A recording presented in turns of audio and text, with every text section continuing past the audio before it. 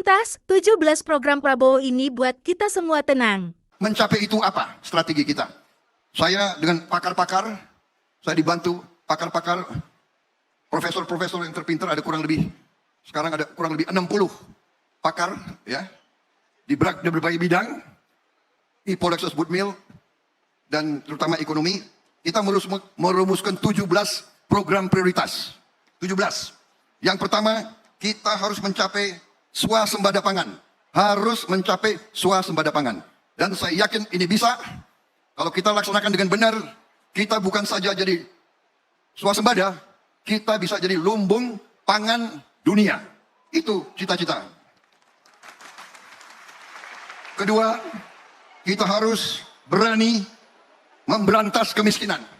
Kita harus berani dan kita mampu. Kita mampu menghilangkan kemiskinan di bumi Indonesia. Kemudian dalam rangka itu kita harus juga memberantas korupsi. Korupsi adalah penyakit yang akan menghambat kita. Dan harus kita selesaikan. Kita harus tingkatkan pelayanan kesehatan dan obat untuk rakyat.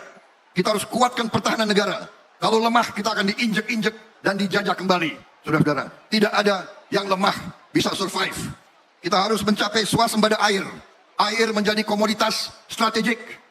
Air menjadi komoditas strategik. PBB sudah meramalkan kita akan mengalami krisis air. Untuk itu kita harus fokus kepada teknologi air dan sebagainya. Saya di Kementerian Pertahanan, ada Universitas Pertahanan di bawah pembinaan saya. Kita bentuk sekarang di Fakultas Teknik prodi khusus hidrologi, ilmu air kita bentuk. Dan kita punya satgas air, kita sudah mampu mencari air dengan tepat, kita drill air dan sudah produksi di mana-mana. Saudara-saudara sekalian, kita harus sempurnakan penyempurnaan keuangan negara.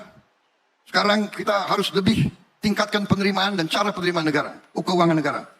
Kita harus menjamin ketersediaan pupuk, benih, dan pestisida langsung ke petani. Sekarang terlalu banyak perantara-perantara, ini kita harus sekarang jamin pupuk harus sampai ke petani. Kita harus lanjutkan hilirisasi dan industrialisasi, saudara-saudara sekalian. Kuncinya adalah ini yang akan mempercepat lompatan kita.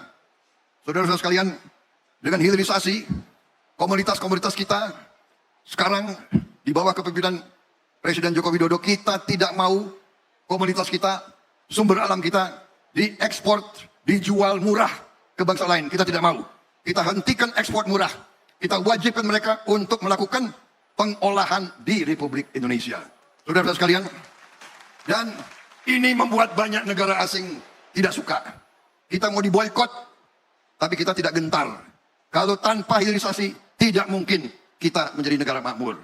Sebagai contoh, 1 kilang minyak di Jepang. 1 kilang minyak di Jepang, limbahnya diolah oleh 40 perusahaan. 40 perusahaan. Kemudian hasil 40 perusahaan itu digunakan oleh 40.000 pabrik, 40.000 perusahaan. Bayangkan, kalau kita punya pengolahan-pengolahan di Indonesia, nikel, smelter-smelter di Indonesia, boksit, semua smelter di Indonesia, semuanya, kita bisa bayangkan berapa ratus ribu pabrik, berapa ratus ribu perusahaan akan dibuat di Indonesia. Ini pekerjaan untuk saudara-saudara sekalian, untuk mahasiswa-mahasiswa, untuk anak-anak kita semua. Kita tidak mau anak-anak kita hanya mendapat pekerjaan dengan upah rendah, kita tidak mau. Kita ingin menjadi negara yang maju, saudara-saudara sekalian.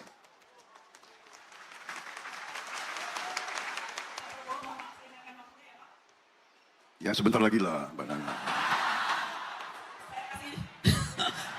Kalau gitu saya kasih bonus 1 menit ya Pak. Saya kasih bonus 1 menit. Rumah murah untuk masyarakat desa dan rakyat membutuhkan. Pemberantasan narkoba. Melanjutkan pemerataan ekonomi.